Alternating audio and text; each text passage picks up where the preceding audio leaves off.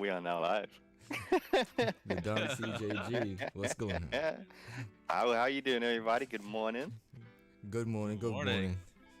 Good morning. How are you guys doing? We are entering into the show in a very unorthodox way. But That's for sure. we were having a brief discussion offline. So hey, if you heard something, hey, it is what it is. It'll get cut off when it goes live. So when it goes into the archive, don't worry about it. But yeah, I've been doing okay. I've been spending a lot of time in Final Fantasy 14. Super excited for the not mage. What is it called? The sage. I'm definitely trying to get to the sage level. Okay. Yeah. Endwalker is going to be coming August, September timeframe. So I want to make sure I get to sage level. Right now I'm with the white mage. Went from conjurer to white mage, and now I'm trying to get white mage to level 80. Once that's done, I'm gonna focus on trying to get this. No, I want to get the Reaper, that Reaper dude. I want to try to find out how to get him. Yeah. It does. So yeah, I've been a little bit out of the loop for gaming. After Xbox, I had like a mind dump and then went towards life. When you see something and okay, this was it, and then next thing you know, you just experience life, like real life. You walk outside the door and you look at the sun and you're like, oh my gosh. What have I been missing? Oh my God, the light. So yeah, that's what happened this week. Yeah.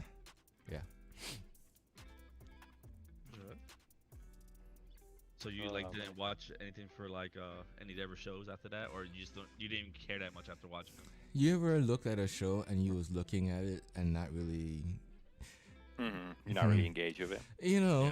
Now there were some surprises in there, but it did not grab me on that level to where okay, for instance, Elden Ring did grab me, and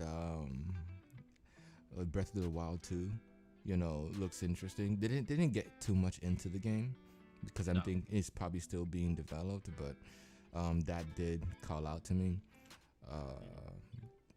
I'm sure there are others, but it didn't stick long at all.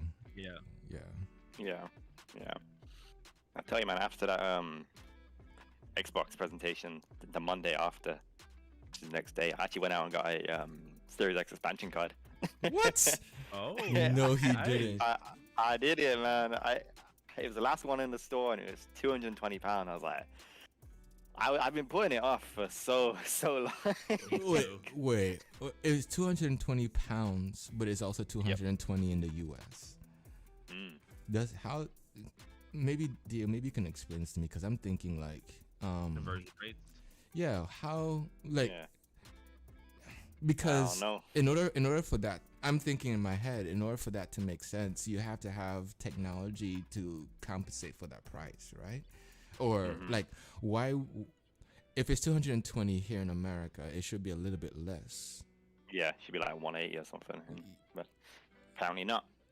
Yeah. But I bought one of those because it was my week off, and remember, I made a promise to you guys a long time ago that I was gonna play ESO eventually. No, you did not. No, you did not. No. And I can tell you today, I finally 100% Mass Effect. Okay. And my next game in the line Okay. is ESO. When are you starting? Probably later today. What time? Okay. Cool. I don't know. Maybe after show if I I probably after show, or I might take a nap. don't take a nap. Let's go after the show. I know Dio's ready. I was gonna text you guys in the Discord earlier. I was like, let me save this for the show. Dio is ready, and so am I. I re-downloaded it every day, to tell you the truth. Yeah, so especially because the optimization patch came out the other day as well. Yep. So That's it's why I been downloaded it. Yeah, so I'm ready. It's time. The Okay. long-awaited ESO journey. I know you guys been trying to get me on this game for years at this point. Oof. I'll Yeah, put I guess we Final knew what we're Fantasy. streaming. Yeah, I'll put Final Fantasy aside. You know what I'm saying? You know. Yeah, look, I always say I'll get around to it eventually, and this is the eventually. We're here. Okay. So how did it feel to complete all the Mass Effect? Oh, I looked at my time. I think I'm on the Xbox stats. I'm about 5.5 full days of playtime. And that's with some with some achievement glitching because there's a lot of buggy achievements in that game. Okay. So yeah, I had to do some kind of workarounds. Yeah, but that's not bad though, because technically a game, a good quality game would be 40 hours of gameplay. Yeah. Yeah. So you basically, that sounds more like a speed run of 3 games. Plus and DLC plus DLC. for all Yeah, of them. plus DLC. Yeah, I pretty much did everything in Mass Effect 3, DLC wise. How did the yeah. ending make you feel? Oh, I beat it last night at like 2 a.m. Okay. I know I was wrapping up a few achievements this morning. I tell you, man, replaying those games after so long, like the final few missions in Mass Effect 3, it's such a strong couple beats, and it's it's powerful, man. Okay. Did you feel Like- fulfilled though with the ending itself? Yeah, because Yeah? obviously this is the patched ending, the extended cut. So I know when the game first came out, the ending was obviously a bit not quite up there. Yeah. But yeah, seeing this kind of extended cut. So I don't think I ever went back and watched it or myself. So seeing this kind of extended version of that ending now, so okay, I'm a lot more pleased with it. Okay. I think never it saw was that good, different. man. Yeah, honestly, it was really good. And like, when people are about to die, and I was like, oh no, I'll spend the last 100 hours until you don't die on me. But yeah, I really enjoyed it, man. Like going back to those games, I had such a great time, and I'm kind of sad that I've 100% it now. You sad that you but- 100% it? Yeah, because I want to keep playing. I want more Mass Effect, but Gotcha. Well, maybe in like a year or two or whatever, you get the itch and you can do it Alright. again. I still got 3 achievements in Andromeda. Maybe go back to that eventually. But Well, I mean, they're making a 4, right? Like to continue the Yeah, original they're- trilogy. I don't know what they're doing with it, but they're making a new Mass Effect. So Yeah, I'm pretty sure it's to continue the first 3. I hope so. Well, I hope that they, with that in mind, 4, I hope that they fix Andromeda. Like really fix Andromeda, because I mean, there's still some story with Andromeda that takes after 3, right? I think it's a different timeline. Is it a different timeline? Okay. So I know if- it's definitely different. Like I universe, think right? Andromeda takes like 400 years after, Yeah, something like that. It's a crazy amount of time. so and a different universe too, right?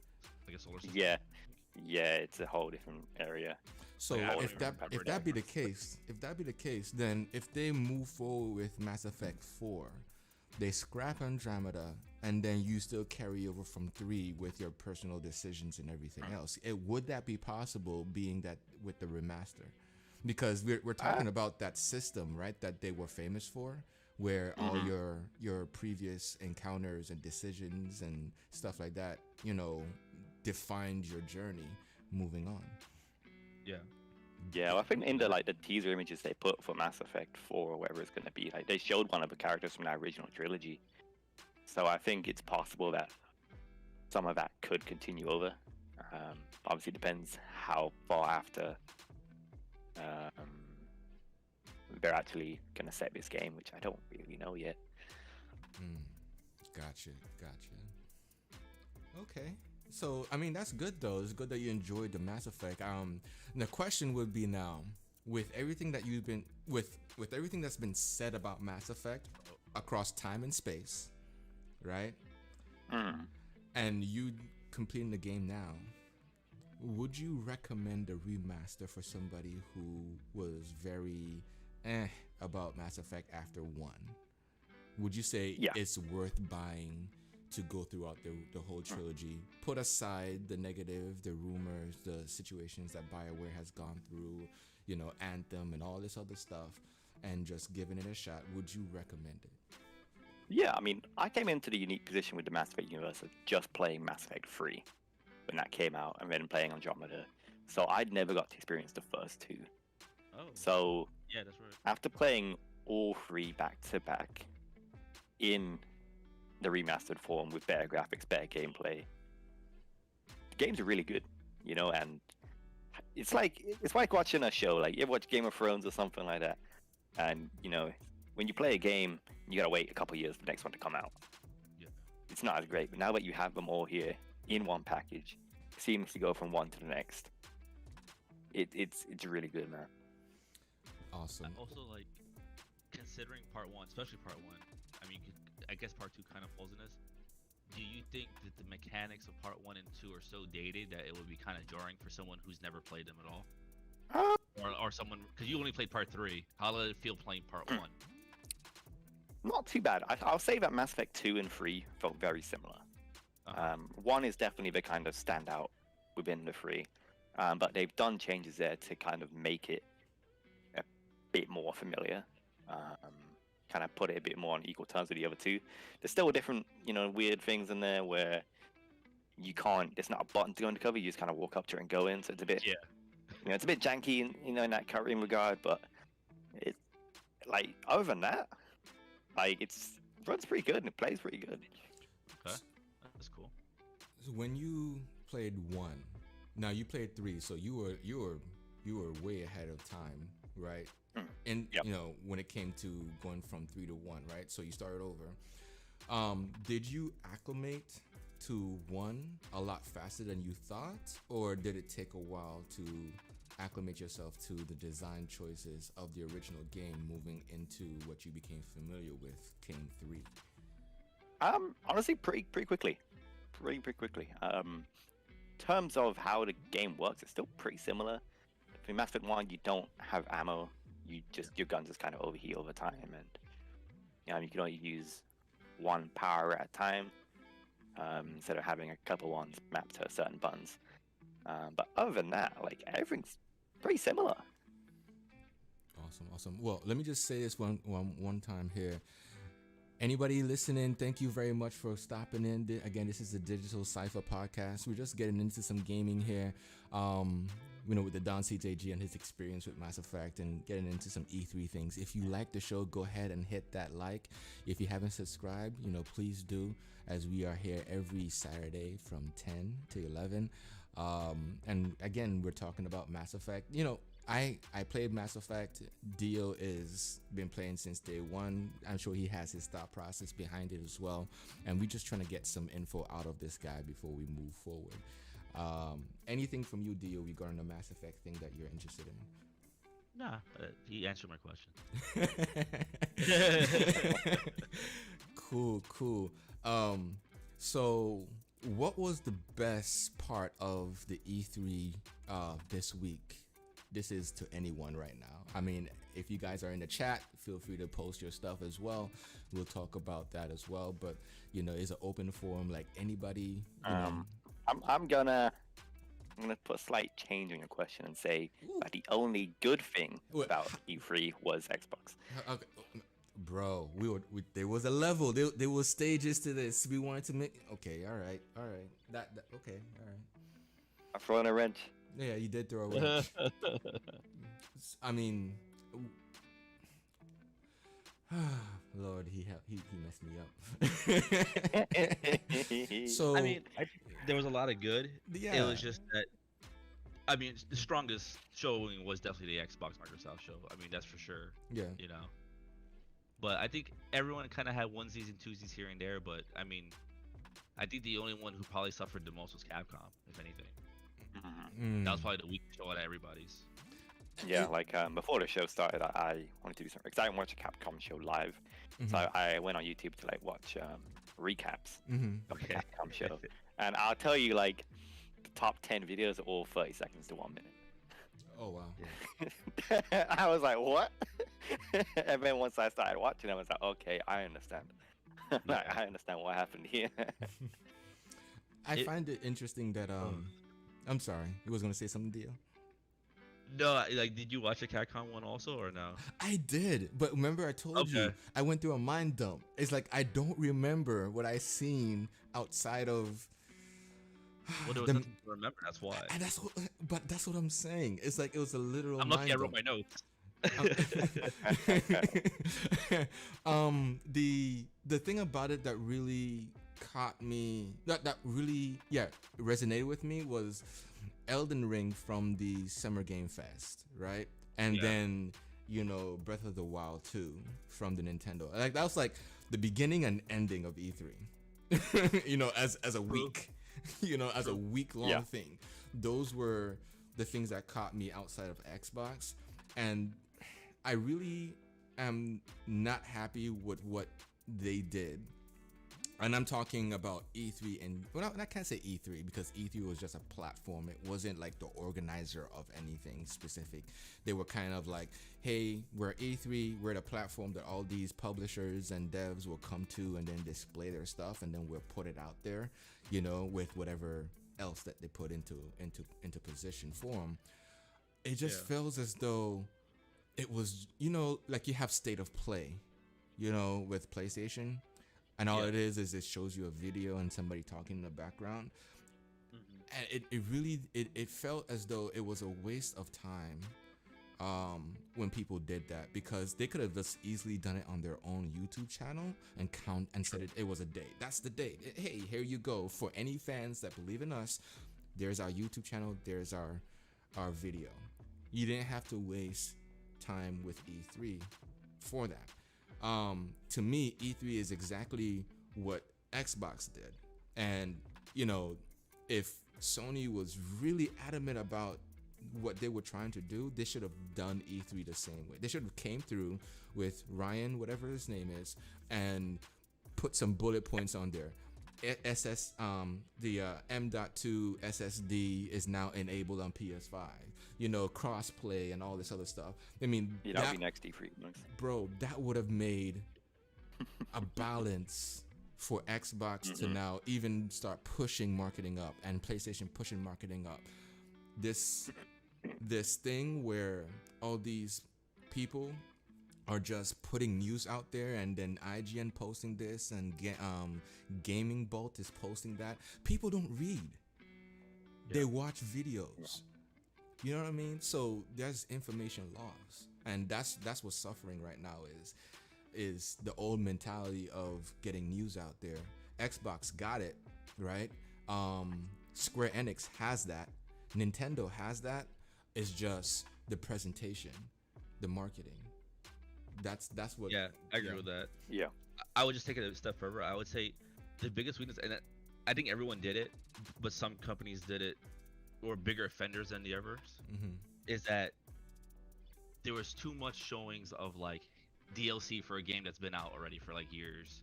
Yeah. Or, hey, we already know this game about this game because we've been told about this game for months now. Like, we've known about this game since last year, but you're not showing anything new. You're kind of like just recycling the same clip of what we've seen already, maybe add like one or two new little things to it. And I think that was like the biggest problem with a lot of these presentations, especially when you look at like Capcom, and I think that's why they suffered so much, because and I don't want to pick on them, but I remember like literally all they did was like the first thing they opened up was like the Resident Evil Village game, which came out like last month, which is fine, but all they showed was that we had new DLC coming. They didn't show what the DLC was really about or what anything like that. It was like a waste of time slot, and that's how they Yeah, started. it was. Hey, it was DLC. Yeah. Like, which people assumed anyway. I agree. I feel like a lot of this is just not announcements. It's just, here's an update to this. Here's an update to that. Yeah. I feel like unless you're bringing something to the stage, what is, big and what I'd class as E3 worthy, why are you paying all this money to just, what you could have just write a blog or a video about? You know what I mean? It's just. Oh yeah. Well, I mean, another thing in Capcom show that was really weak was that the Monster Hunter. They talked about Monster Hunter, and they were both the Twitch games. Monster Hunter Stories and whatever the other one is. And like it was just so. Rise, Monster Hunter Rise. Yes, Monster Hunter Rise. I just found it very like to me, like the president of the company, she just didn't seem very self-aware. Like she literally says, "Water showing just these Switch games. It's never been a better time to be a Monster Hunter fan." And the first thing I thought was like, yeah, if you're a Switch owner, like if you don't have a Switch, there's nothing for you. Like for Monster Hunter, like like it is an awful time to be a Monster Hunter fan because you're still playing Monster Hunter World for the past few years with no new stuff to it, no new game in sight, just this other stuff. So if you're someone who has no desire to buy a Switch, you're kind of screwed out of these two games, which don't look that bad, honestly. They look actually pretty good. But we've been seeing clips of these games for at least 6 months or a year now, so it was nothing new. Especially because of how aggressive Nintendo has been advertising these games. Like it was like the Capcom show didn't need to exist at all. It almost makes you wonder how much money did they waste on that could have just been towards something way more useful. You know what I mean? I completely agree. Yeah. So when it comes down to that, right? Something came to my mind. Don, you mentioned something where it's almost as though like some of these games have like this, like Mass Effect, right? You mentioned one after one. The games when they were released, it left that longing for the next sequel, right? Yeah. I'm gonna throw you some. This is just off topic a little bit, right? Okay. Let's say a new game comes out. What's it? Quantum Break. Quantum Break had a mixture of like a live experience, how can I put it? Yeah, it was like a live action. It wasn't quite a TV series, but it was Could you see games going into that Netflix experience where they give you so many episodes in a game all at once, right? To appeal to your fandom of the game. The best one I can think about, if they did this well, I don't think they did this well, but if they did this well, would have been Square Enix Final Fantasy VII Remake. They have episodes, which still belongs to the original game, but they don't call it DLC. They call it part of the main game arc, right? So it's considered, when a game has all its episodes, it's considered like a remaster of sorts, right? Am I saying that right? Oh, I like get what you mean. or a complete, like kind of like what Hitman did. Right, like a complete version or the complete edition.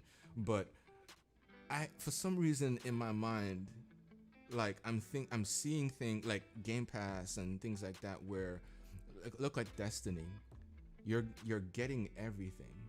So you start from day one all the way up until the end, and then come the next expansion, you get to play that for free for the next season, if you will.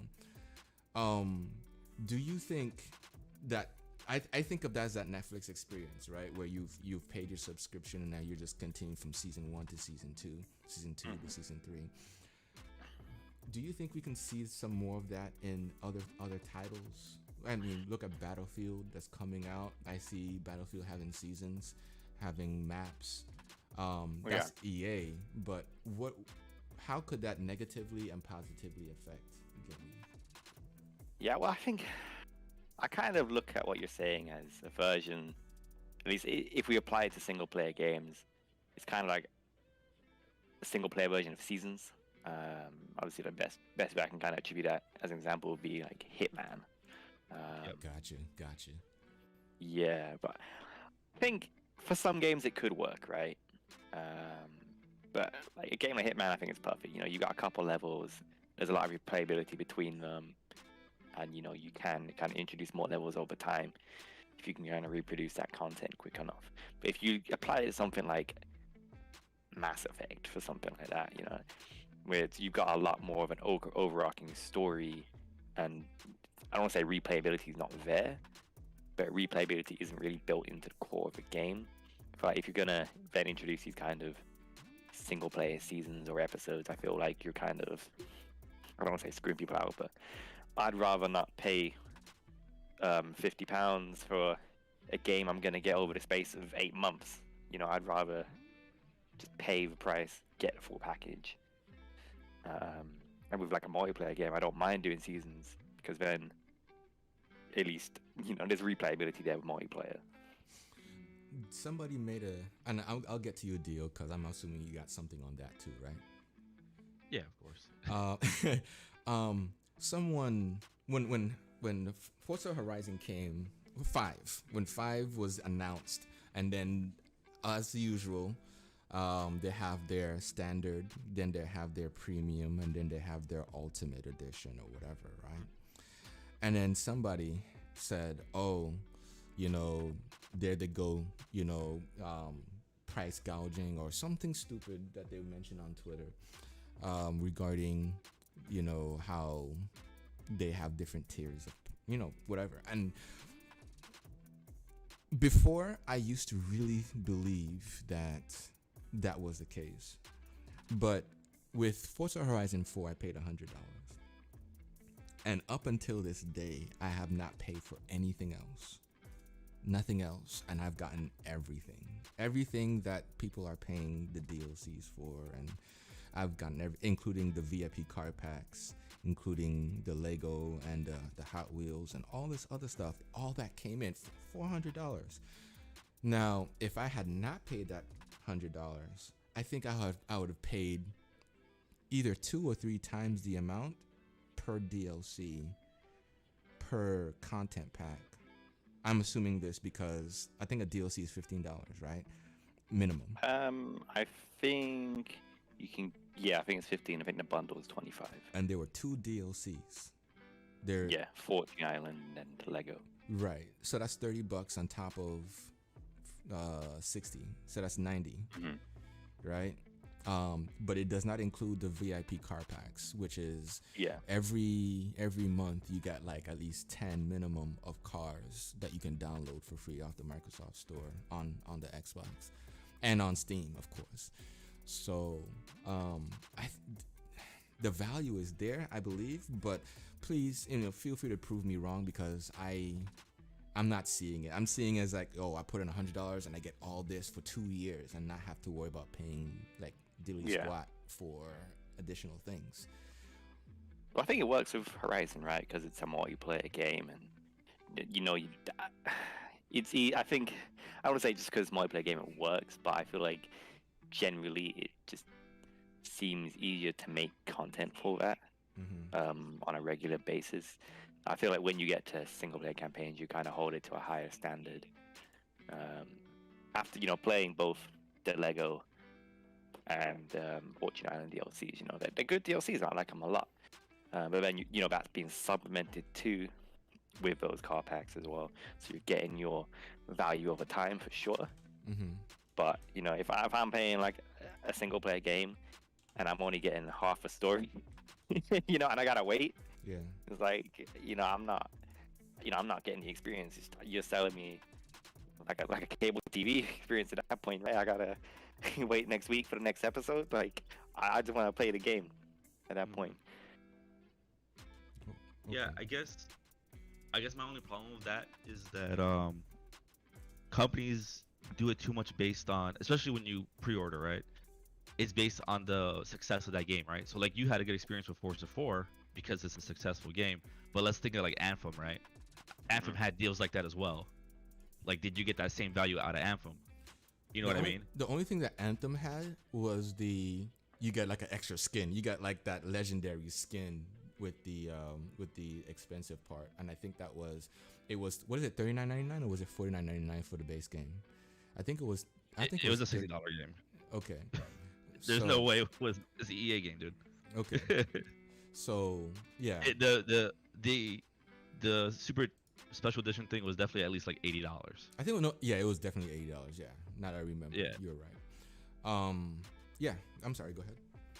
But I'm just saying, like, see, it really just depends on the value of the game. The value of the game is dependent on how successful it is. Like Forza 4, you definitely got your money's worth because people are gonna buy that and play it. But something like Anthem, and it doesn't have to be Anthem per se, but it could just be any game that fails in that same way. You could even say Cyberpunk, right? Like, let's say Cyberpunk had a deal like that, but because it failed, they're not gonna keep supporting it. Right.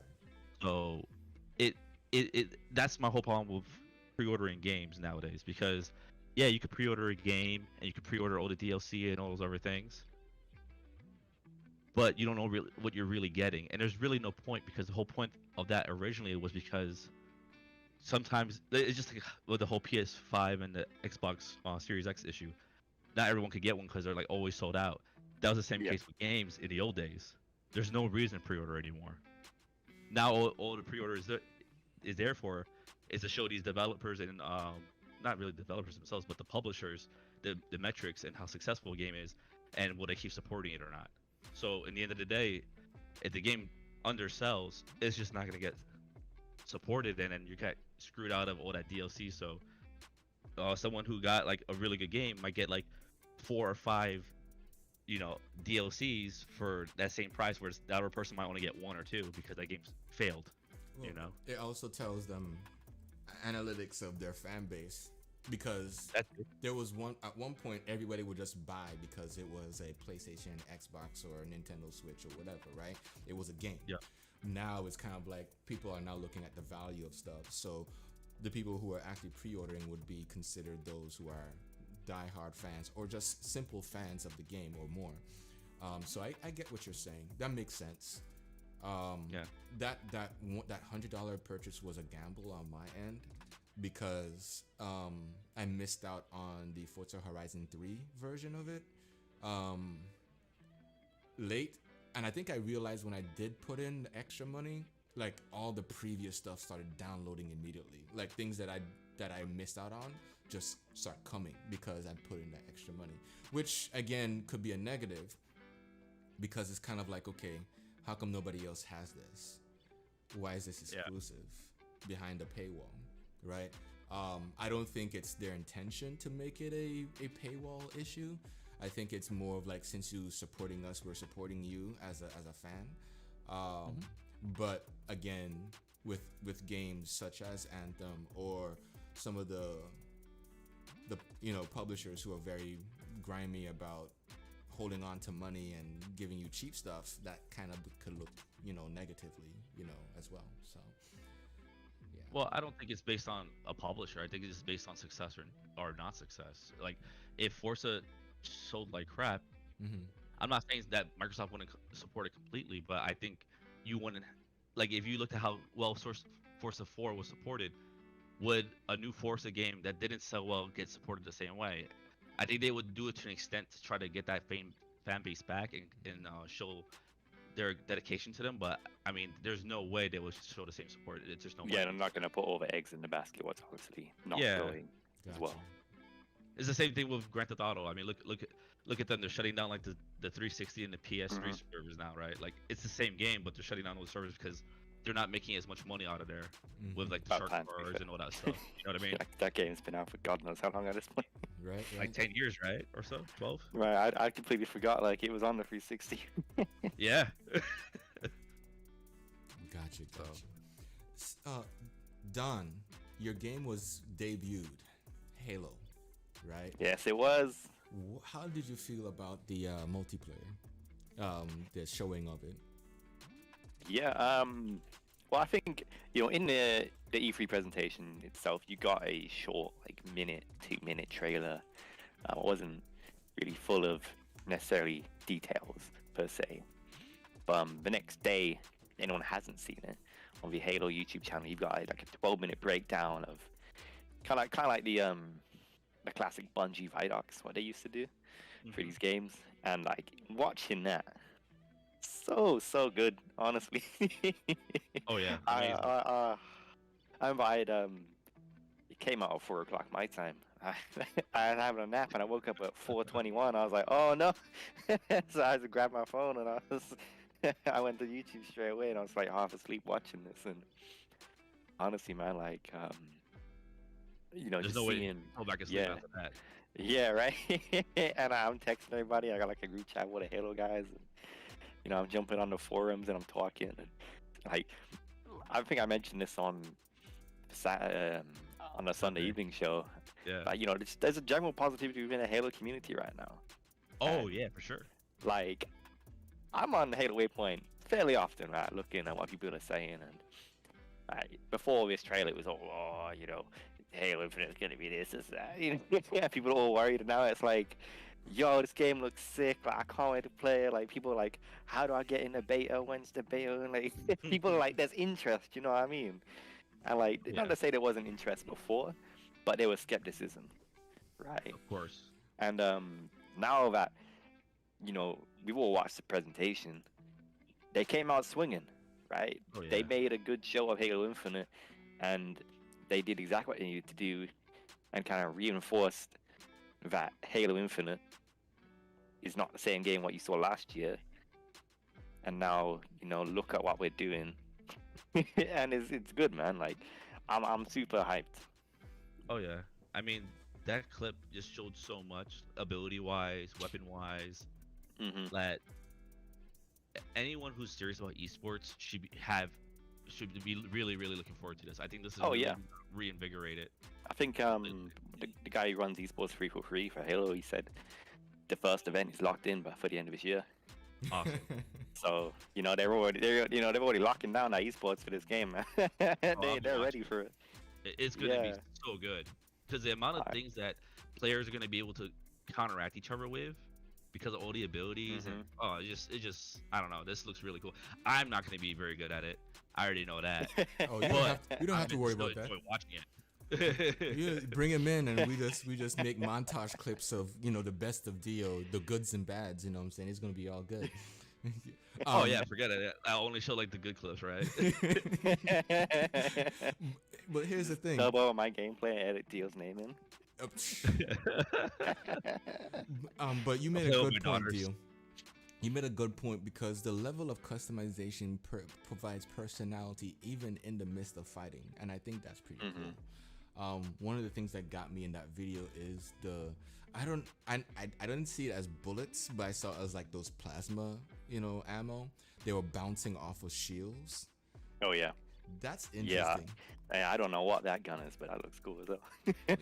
Oh yeah. Yeah, that's cool. That's cool.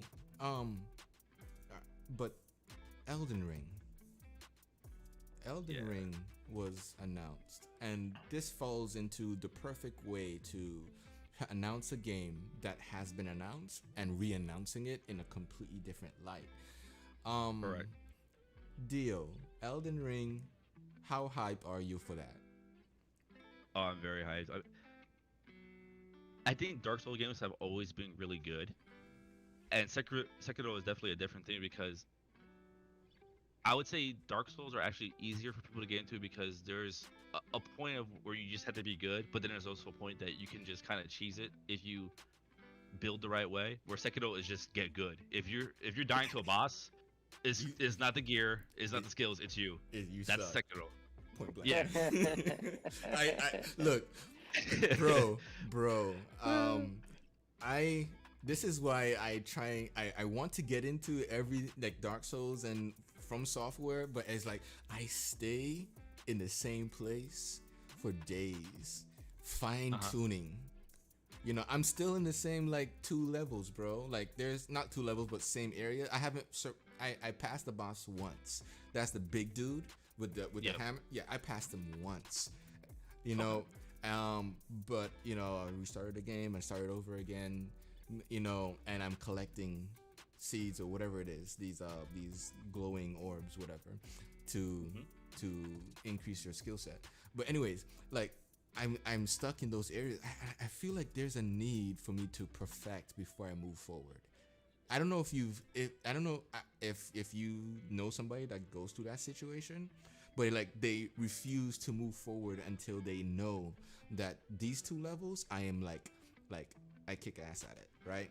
Even though the game allows you to move forward and you just hammer at it and hammer at it and hammer at it until you progress, I'm on the flip side is like, okay, unless I know how to stab somebody in the back effectively, I'm not moving forward. And I think that's why I haven't moved on in Sekiro. And I have a feeling that Elden Ring is going to be a little bit like that, but that pieces of Sekiro that's going to get me involved into the game. Yeah, I have a feeling they're gonna have a better balance where it's still gonna have that difficulty that Dark Souls and Sekiro and Bloodborne are known for, but I think it's gonna be more like Dark Souls where it's still gonna give you options to play the way you want to play and be able to get through the game if you're not as skilled.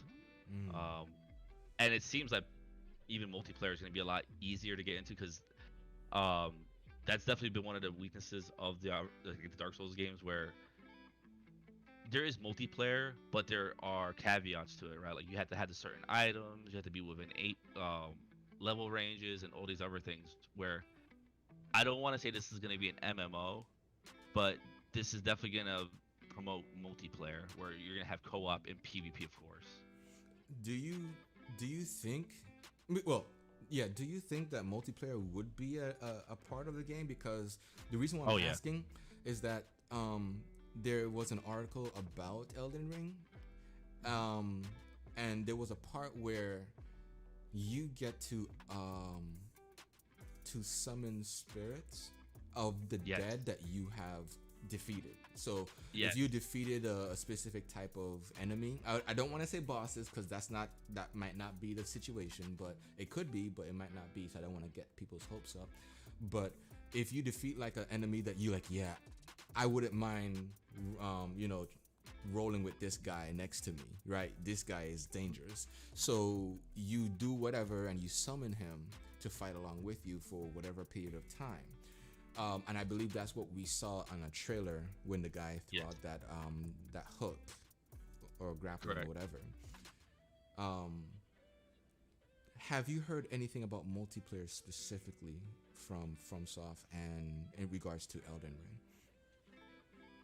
Not in particular because there's still limited information, but PvP and co-op has always been part of Dark Souls, even since the first one. It's just that I wouldn't say it's the easiest thing to get into. Like it's not as easy as like Code Red or whatever that knockoff one was, where you could just do it right from the Code Vein, that's the one called, where you can just do it right from the beginning.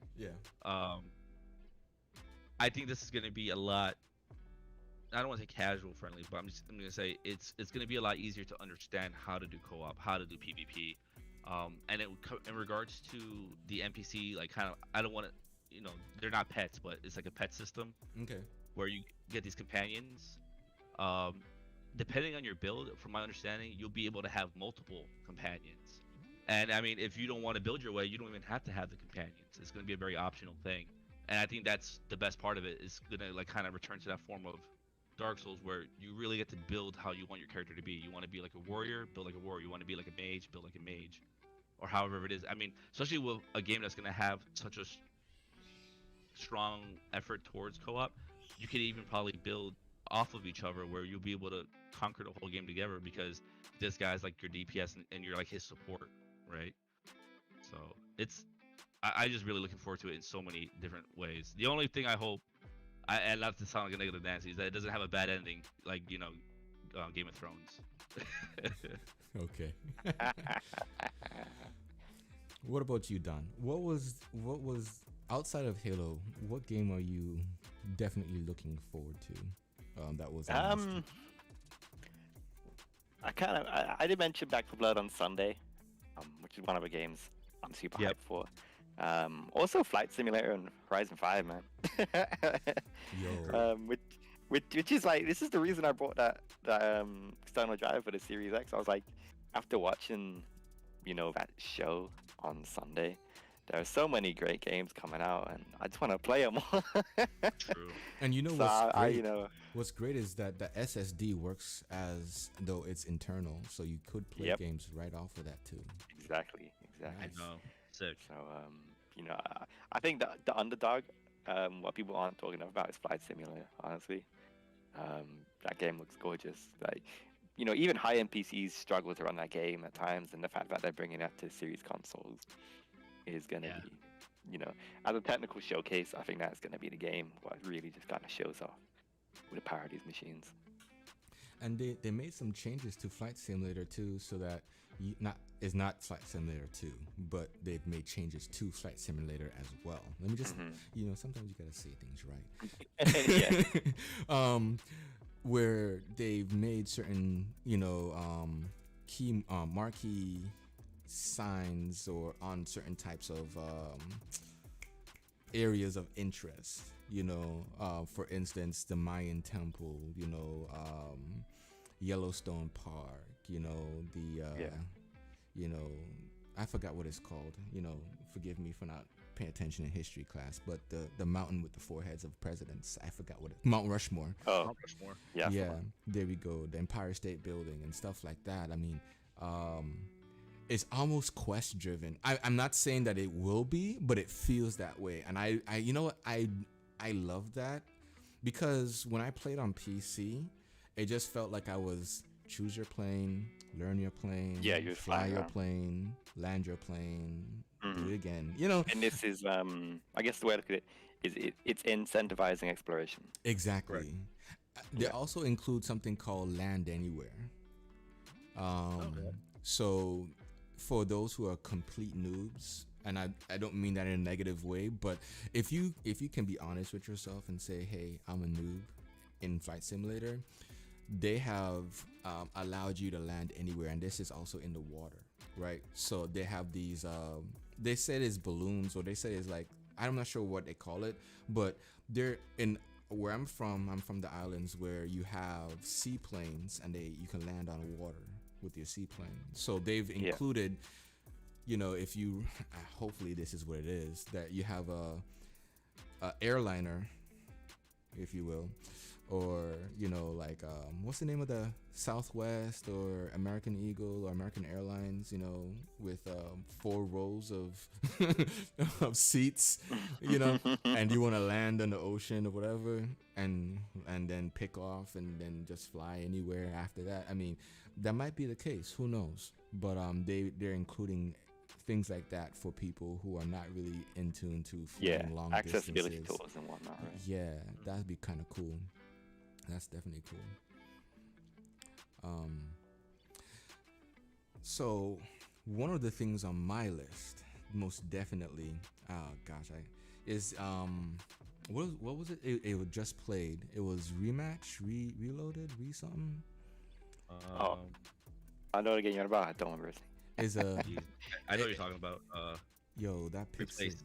that pixelated arcade style brutal fighting. Yeah. I don't care who you Mhm. are, you about to get smashed. Yo, Yeah. I'm telling you. That Tunic, it was announced and then I downloaded it and I played it. Bro, talk about roguelike game. Has no save points in the demo. So you start. So as soon as you hit that start button, you end up on an island, and then you start playing. There isn't no settings or like how you want. There's some games that say, okay, how big is your screen? Change your audio settings, change your graphics. No, none of that. You just press start, boom, you're starting, and you're playing. You don't know what's going on. You find enemies. The first object of interest is a game map, not really a game map, like a strategy guide in game that tells you about the game. I like that. You know what I'm saying? And you have to find your weapons by exploration, which is pretty cool. When you die, it takes you to a starting point area that you discovered. So it's pretty nice. And then, I mean, there's this game that's playing right now, so JRPG, that I want to get into.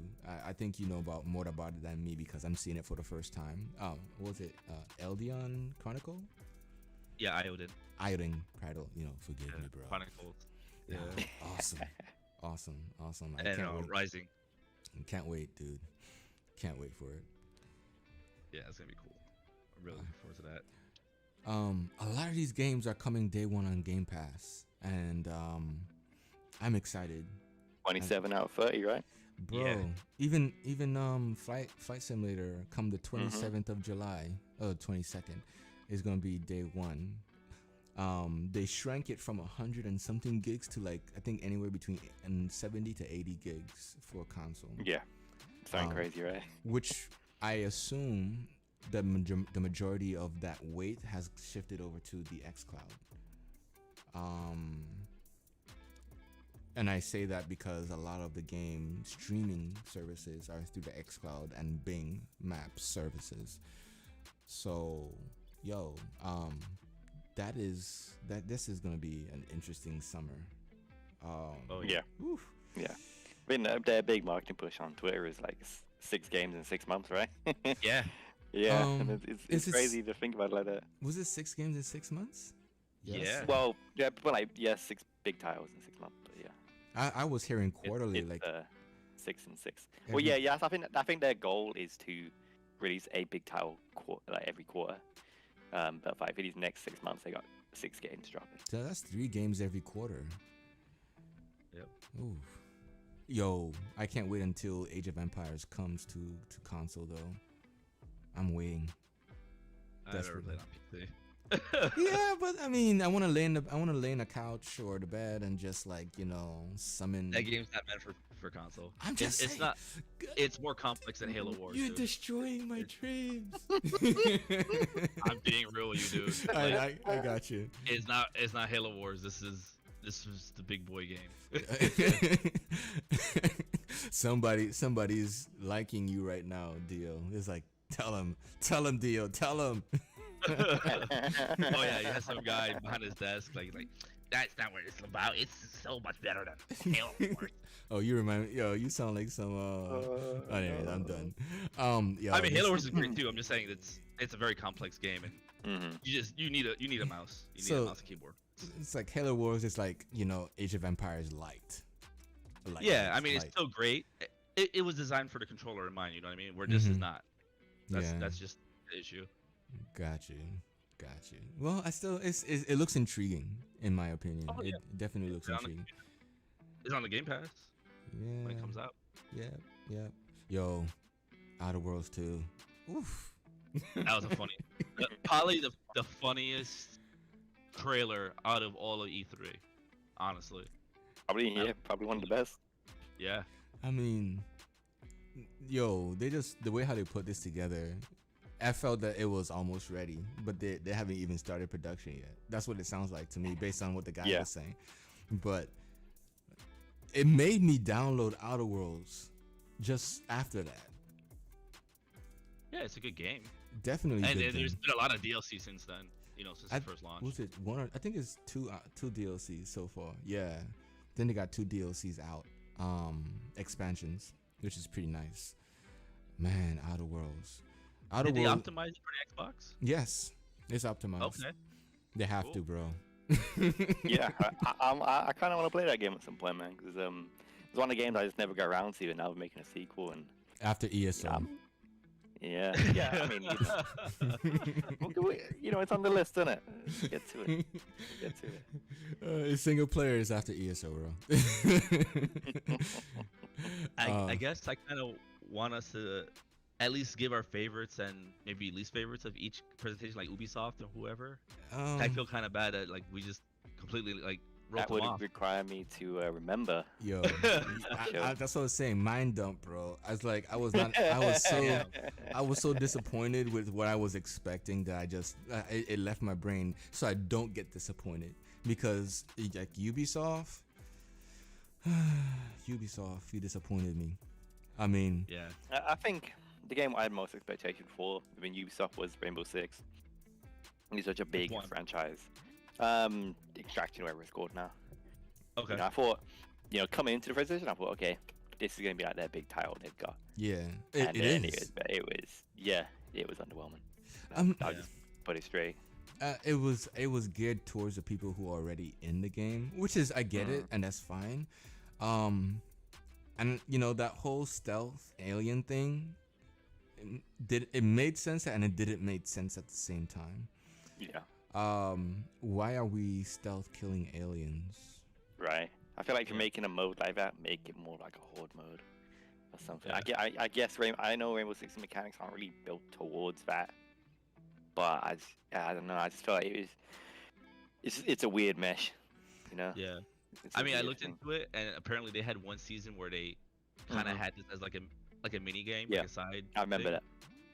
that. And I guess maybe it did well enough that they decided to do this, or maybe they just want to see if they could appeal to a PVE audience. I don't know. It just, Hmm. I just kind of agree. Like, it just doesn't seem fitting, right? Like, to me, I don't know. Like, it just doesn't seem like what I remember for Rainbow Six. Like, I haven't played. I wasn't really into Rainbow Six Siege. Like, I Mhm. was in the studio games, like Vegas and everything. Mhm. Yeah. Um, but to me, it's always been about PvP and terrorist hunt. You're right. You know? Yeah, for sure. Yeah, like I played a lot of Vegas 1, a lot of Vegas 2. Yeah. Not so much Siege. But yeah, I remember playing the season where they brought out the, that mode, whatever it is. I don't know what it's called at the time, but to make, what is it exactly? Is it a DLC? Is it a game? I don't really know what this It's is. a game. Yeah. So okay, so this is its own Be like independent. yeah, separate. Yeah. No, If- no. If it was its own like DLC or like a separate mode introducing into Siege, fair enough. But like a whole separate game, I just, It should be. It should Mm. be like how you have Warzone and then you have like an Zombies. extra mode or something. yeah. You know. Yeah. And the thing about it too, it reminds me. I know other games are doing this, but my brain is telling me of a game like Zelda, where you go through these dungeons and it goes deeper and it goes deeper to like 100 levels. And Okay. you know what I'm saying? You know what I'm talking about, right? There's Yeah. like this infinite dungeon crawling experience. And I feel like that's what this game is trying to promote, is like the deeper you go, the harder it gets. Yeah. Yeah. And Like I- zombies. I can't see myself stealthing my whole way through deeper dungeons with Yeah. difficulty so high. You know, you're basically you start off stealth, but then you go in like guns blazing towards like That's the true. 10th level. Is because they're harder. You know what I'm saying? How Mhm. maybe Yeah, they'll and fine tune I it. don't want to say stealth gameplay is bad, but I feel like it's good in short chunks. Mm-hmm. If I have to go through, if this game is literally just gonna be me crouching around, stabbing people in the back, it's gonna get boring quickly. I think the enemies are procedural though. The way how it comes across to me is like the dungeons might get, you go deeper and the dungeons might get a little bit more, little bit Mhm. unique, but the enemies would be procedural. And if they are, the enemies that require stealth killing would be mixed with enemies that require guns blazing, and that's a Yeah. problem. Because then your teamwork, you have to really decide who's what before you go into the next zone. Yeah, and that's if you're playing with a squad. Exactly. So if I'm going in with just a bunch of randoms and stealth will last a good 10 seconds and it's just it's just whatever. Don, Yeah, I was gonna imagine say, it- like, Mhm. I mean, pretty much, I don't think there's anything wrong with building it around stealth, but if it is gonna be like this thing where, like COD Zombies, where you just keep progressing level by level by level and see how higher you can go, who's gonna have the patience to play a stealth game like that for that long, right? It's Mhm. not even about what's practical; it's about the patience wise. Like, how long can that be fun for? Especially in a group setting. Like, playing a single player stealth game is a completely different thing than playing a stealth game with other people, because you're gonna get that guy, especially in a random queue, who's not gonna want to play the right way, and Yeah. it's gonna blow your cover every time. Well, It's gonna be way more frustrating than anything else. not just that. If they have the multiplayer group finder, and then you run into trolls who know the game. Exactly. Okay, that's one aspect of it, right? Yeah. But then you run into another situation where, like Don mentioned, it's kind of like, yo, Don, imagine the raids that you've been on, Yeah. right? And you're the last man left alive, and you have to revive everyone, but everyone is being Yeah. guarded by a brute or someone of stature that's an enemy. You know what this game reminds me of, and I think it's a great comparison. Okay. Payday. I've never played it. Is that the Yeah, it was. Okay, I know what It's you're the talking highest, about. yeah, it's the highest game. Yeah. the This is the thing. It's like, you can do that game two ways. You can stealth or you go guns blazing. You might, but every time I played that game, I played it solo, and there's always somebody who's doing their own thing. And it's just like, I could see this game going the exact same way in Payday, where I'm sure if you're working with an entire squad, it can go great. You can have a lot of fun, but once again, stealth for long periods of time is gonna be a bit boring. Yeah. Playing randoms, it's just never gonna work out. See, Yeah. this is They're gonna why, have to balance it for both. this is why I kind of now have a respect for the term dungeon masters. Because in games like these, you have to have someone who is able to call the shots. Yeah, well, like You know, Sherpas and yeah. You know what I'm saying? Like, again, when it comes to raids, if someone knows about the raid, that's the air. That's the voice in your ear that you want to hear. Everybody else is just positioning themselves. Yeah, yeah. I remember it when I was playing Destiny a lot. You know, I was that guy. I was, you know, the guy who's kind of calling the shots. Like, hey, this is the plan. This is what we're doing, right?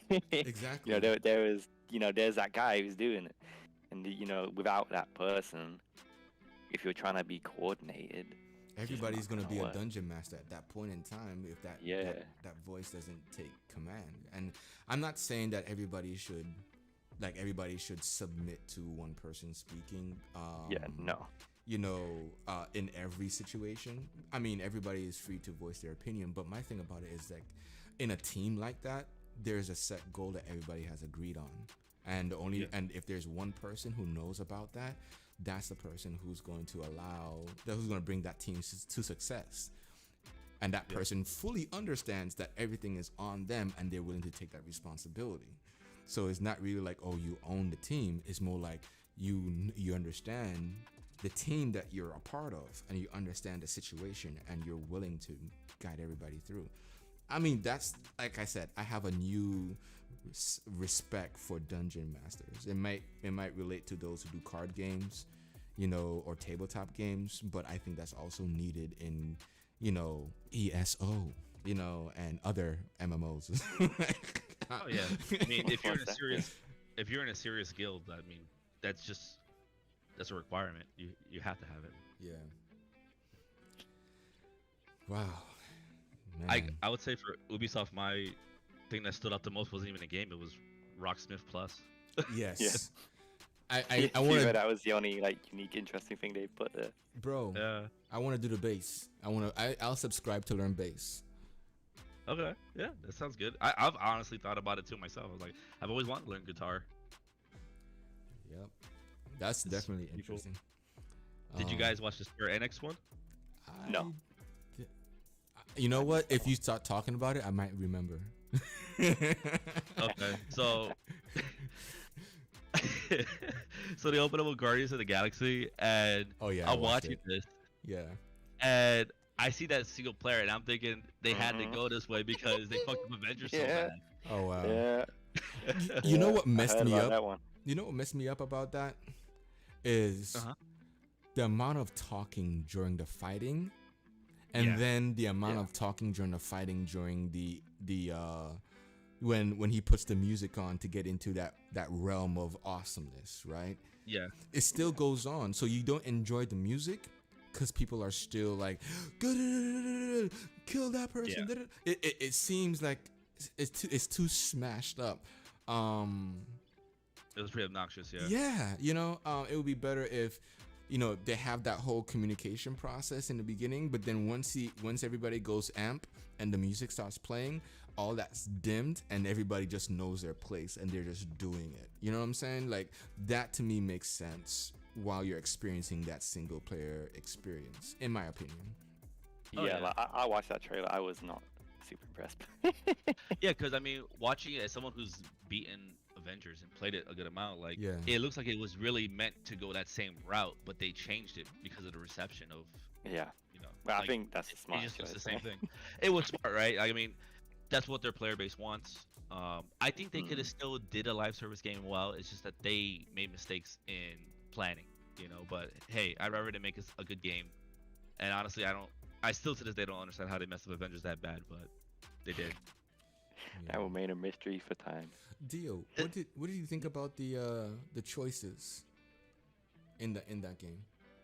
Well, I think the idea of it is cool. It just depends on how The execution, real. like, at the end. Yeah, of it? because you would have to do a few playthroughs to see if these choices actually make a difference, right? So what they show inside the clip looks cool. It looks interesting. It seems like the choices actually do matter. But until you do a proper like second playthrough or so, you're not gonna know if these choices actually do make a difference in the game. But from what they showed, they do look that way. Yeah. Yeah. What else did Square Enix pushed? One of the things I was actually really excited for, but it sucked because it's only going to mobile and Steam, was like a remaster of Final Fantasy 1 to 6. Yeah. And I'm like, oh yes, Yeah. I could play all these games I love on my Xbox. And Nope. no, I can't because it's not coming to the Xbox. It's like, why not? Obviously, your phone can handle it. Any platform can handle these games now. That was probably the biggest disappointment for me. I would say even more than Final Fantasy Origins that everyone's memeing now. But I mean, that was probably disappointing in the respect that I can't play it on my Xbox. I wanted to get all the achievements. I really wanted to play 4 again. 4 is my. I love 8, but 4 is a very close second.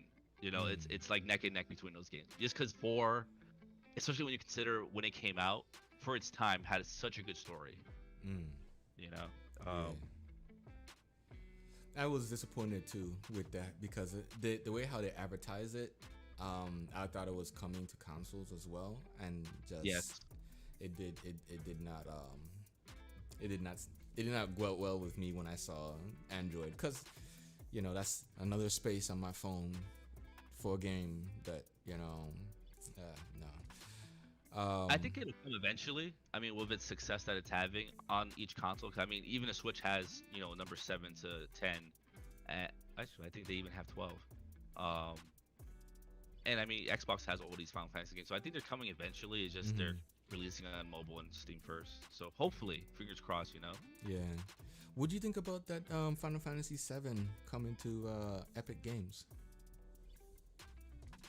Wasn't really surprised. I think eventually it will come to Xbox as well. It's just waiting for it to go over. But yeah, I think the more platforms that gets on, the better. Because at the end of the day, Square Enix is not owned by anybody. So for them to make these deals, I get it. Someone paid them or whatever. But I think in the end of the day, it hurts them more than anything because there's a reason why they put all these Final Fantasy and other single player games on the Game Pass. Like they're doing this to build up to visibility. Like future games. Yeah, it has to be the reason why. At least in my opinion. But I'm glad Epic Store people got it too. I'm not crazy about Epic Store because most of their practices are kind of, funny to me when it comes to like getting exclusivity. But we'll see what goes on. I was kind of bummed that they didn't show anything about Final Fantasy 16. I was as well. I really expected it. I really thought we were going to see some gameplay. That was probably the most disappointing thing. Even if it wasn't very long, because I mean, let's be real, it's been like about a year since they first showed us anything. You're right. But I mean, come on. I mean, I think that's what most Square Enix fans were looking forward to. Yeah. Especially. Go ahead. I'm sorry. No, I think we might be saying the same thing, but I'll let you say it. I want to see what you're gonna say. I was gonna say, especially since people are kind of over the Final Fantasy 7 remake a little bit. They, 14 hasn't an update, but then with the Final Fantasy 16, they have so much interest in the mechanics of the game, like Devil May Cry and things of that nature. They were kind of hungry for that level of experience. It's a little bit like Final Fantasy 15, but with more. It seems a little bit more. I want to say gory, but a lot more fighting, a lot more maybe blood, whatever. Oh yeah, more dark. Yeah, dark. Yeah, there we go. And that's definitely the direction. I mean, even with the Final Fantasy Origins, that's the direction they're trying to go into for I think the next 2 or 3 games they said. Yep. Origins looks a little weird. Origins. I mean, I'm not saying it's not a good game to get into. I say weird because they carried over the boy band like Final Fantasy 15. That's what it looks like to me. But it has a sense of like Ninja Gaiden, Dark Souls feel to me. A more arcadey, more arcadey than actual somebody told me that they would rather get into Final Fantasy Origins than Elden Ring. And I said, okay, that's fine, but keep in mind that the Final Fantasy Origins is more arcadey in my opinion, and it may not completely have what we anticipate, that, you know, because we've seen it like in 15, you know what I mean, because every game is new, every game has different mechanics, True. so, and Elden Ring is open world, you know what I mean. I wouldn't even say it's the combat or the arcadiness of Origins that bothered me. There were other differences, right? Like, so I'm watching it and I'm thinking this is a new IP because like it almost reminded me about back in the day. I don't know if you played this on the PS2. Their game called The Bouncer. No. It was pretty much Square Enix trying something new. Okay. You know, which was it was a very arcadey like beat 'em up. It was kind of like Streets of Rage, but in 3D. It was actually a decent game, but it just wasn't really well received because most people who played Square Enix games at that time were used to turn-based games. Mm-hmm. And that's what this kind of reminded me of. So I thought, oh, this is a completely new IP. Let's see what they're gonna do.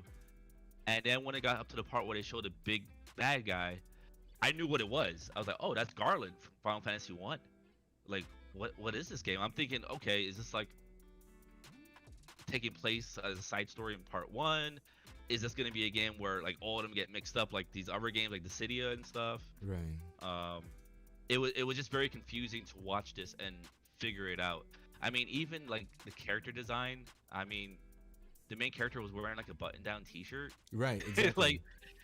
like there was just so much weirdness to this game, and I think you could get away with that in 15 because 15 I'm not crazy about 15 myself personally, but I think they did it well because it fit the narrative. Mm-hmm. Because it was a completely new world where Final Fantasy 1 is established. Mm-hmm. This is a medieval world.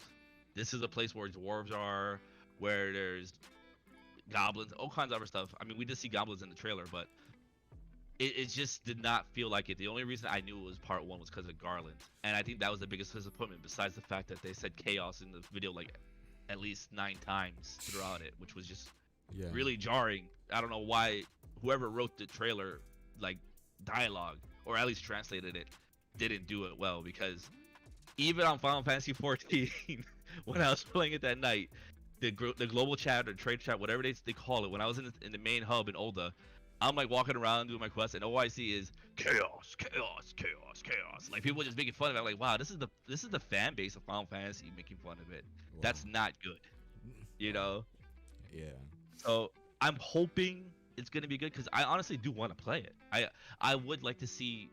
I want there to be turn-based games for Final Fantasy, but I also want there to be good action RPGs, like Dark Souls, but in like a Final Fantasy universe. I want to see both. I think both can coexist, you know. Yeah. We'll see.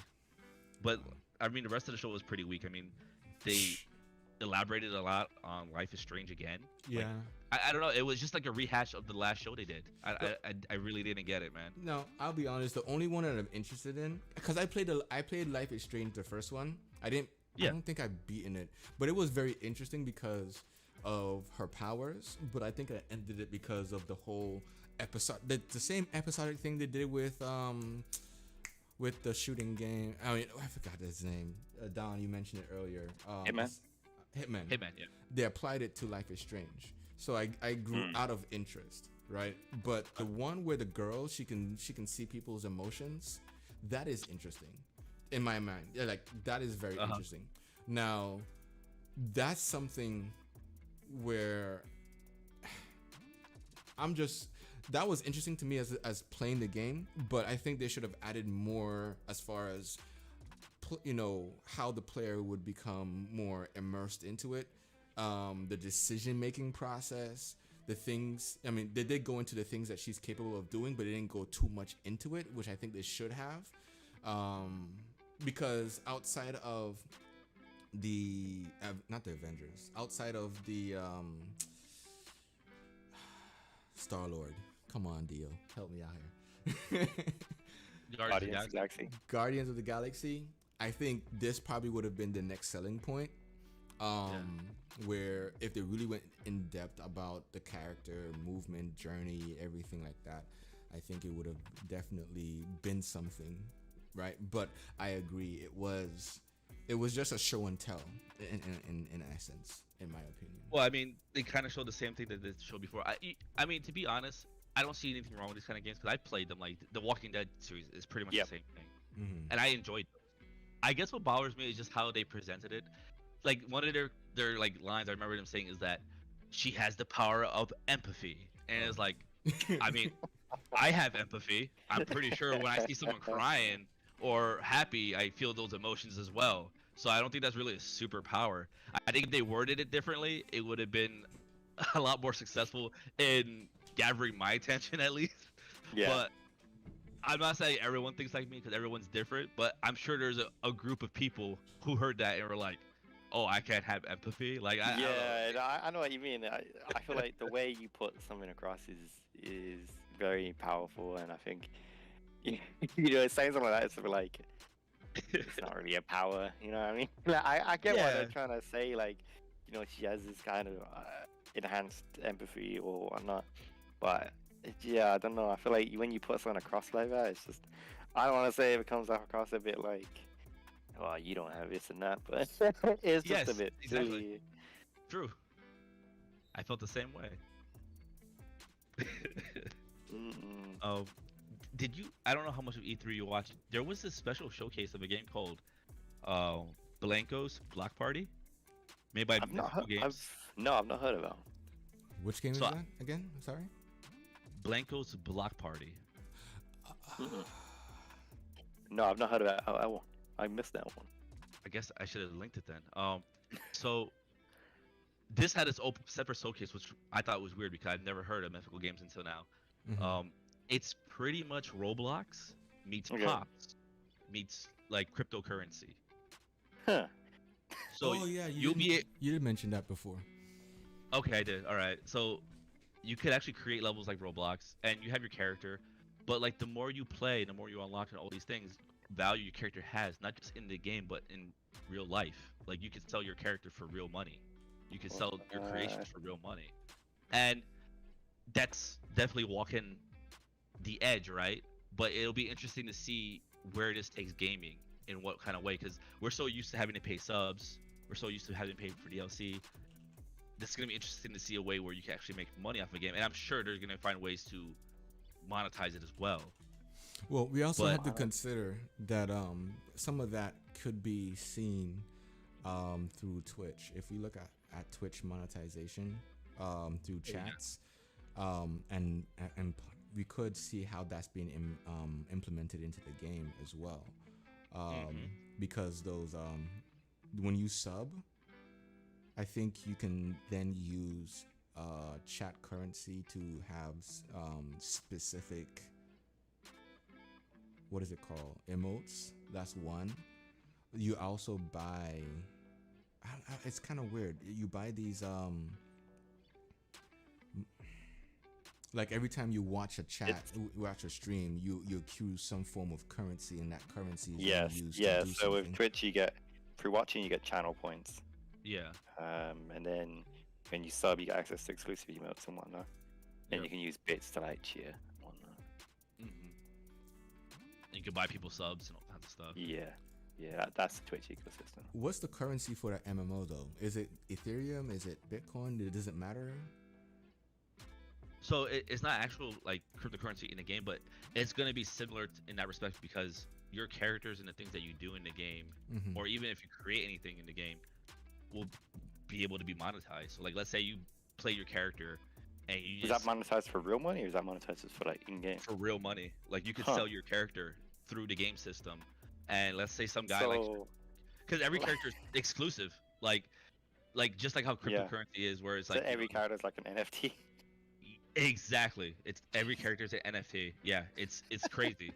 It'll be very interesting to see where this goes because, I mean, I guess this is what caught my eye the most because they said a whole bunch of different like small brand companies were gonna be in it and a bunch of artists like whatever. I mean, these are people who are looking for like recognition and build up their way. But one of their partnerships was Burberry, Huh. and That's when I a saw that, big name. yeah, I was like, that's a big name to just drop down like that. And like they even had like this like the CEO like I think like on the he didn't stay on it long, but he gave his seal of approval on it. And I was like, wow, like that's big. That's big. Yeah. So I would. It's already out on beta, and it's supposed to launch this summer. They didn't give an official date, but I'd say it's at least something to dip your toes into, just because people like to collect, right? So Right. you never know. Like even if you have a character that you don't put anything into, someone might still want to just buy it because they want to have a bigger collection. You know what I mean? Mm-hmm. Who knows? Gotta be Thanos and just have all the characters. Yeah, yeah. There's gonna be those guys out there, man. It's crazy. Yeah. mean- huh. Can I take out the market and just buy everything and then just sell it for higher? I would think so. Yeah. I mean, Huh. I don't expect this to be the next best game ever, right? Because I think it's gonna take a lot more than just this idea to get there. You have to have gameplay that's meaningful. But I think the fact that they're following Roblox, because whether people want to believe it or not, Roblox is a very successful game. Oh yeah, huge. And if they could follow that the right way, because it definitely has better graphics and it looks like it's more polished, but if they could capture like the gameplay of it and the way that people are able to make their own mini games perfectly, especially because it's a free-to-play game, I mean, they might be able to actually really make something big out of this. This might be like the future of gaming to an extent, Yeah, that in my is- opinion. That is, considering I've never heard of this game, that sounds really crazy. I want to Yeah. definitely keep up to date on that one. Anyway, yeah, look, gee, we've actually Wow, gone just gonna quite a ignore while. today. Nintendo. Wow. Okay.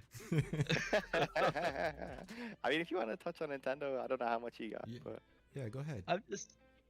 I mean, I just don't want to look biased. Like all we talk about is Xbox, man. No, go ahead, We go gotta ahead, go give Nintendo a little bit of love. Go ahead. Go ahead. Did you guys watch it at all or no? I watched it. Yeah. I didn't watch it, but I did hear some of the stuff from. Okay, so I know like you were saying that you like. I mean, overall, I think you might agree with this, Abonis. It wasn't that great. No. It was okay. It was, for the most part, like just a lot of these other ones like we said before, like Yeah. just kind of showing the same stuff we've seen already. We know about a lot of these launches. Like I would say like the only thing that seemed really interesting was like Metroid 5 Exactly. Yeah. and like Breath of the Wild. There wasn't really much to it, but I want to show Nintendo love before we leave. I know you guys are getting ready to leave, getting Well, antsy. The other part, the one thing that really looks interesting would be Metroid. I think it's a lot more darker than it usually is, especially with the monster that you're running away from constantly. I'm assuming. I actually feel the opposite of that. I feel Really? like yeah, because Metroid's always been like dark game, Mhm. and I feel like, and I don't think it's the game. I think the idea in it is still dark because you had that monster chasing you, but I think the color tone that they've used Mhm. makes it look a little too cartoony. And you can say the same thing like about like Diablo 3, where the game is still a dark game. There's blood and guts and all this other kind of stuff, but Mhm. the palette that they use don't make it feel like Diablo in Diablo 3, where I kind of feel the same thing about this Metroid. Like the color of Samus's armor was just kind of weird. Like it was white and blue and green and red. It was almost like a pride flag or something. Hmm. It was just weird to me. You weren't interested in Shin Megami Tensei? I actually looked into it. I might be downloading that. Well, Oh, I might try it. Can we just appreciate how like Dio just rolled it off his tongue so casually? Yeah. Yeah. Like this guy just said it. I was like, what? what are you talking about? I might be interested because my stepson has a Switch, so definitely consider that. I'm still looking into the Switch Pro though. Like they're still in development, but they're not saying anything. That's why we haven't heard anything. So I'm just I waiting. would just wait. Yeah. Wait. They're anticipating 4K display on it, so I'm assuming that's gonna be 4K 30 though. I don't see it. That's when they had Game Pass to Switch, bro. You get that 4K. I'm telling you. Yeah. Playing Halo on the Switch would be epic. Yeah, definitely. I think it's gonna come eventually. I've been thinking that for at least what, a year or two now, Yeah. maybe longer. Yep. But yeah, Maybe. I get it, guys.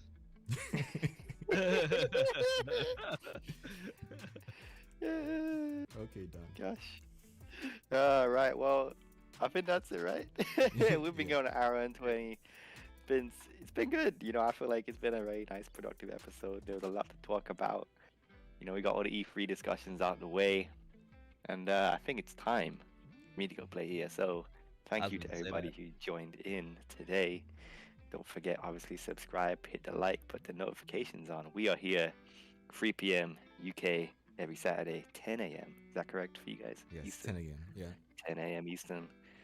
And we'll be back next week. Hi. Nice. Peace. Peace. You guys have a good day, man.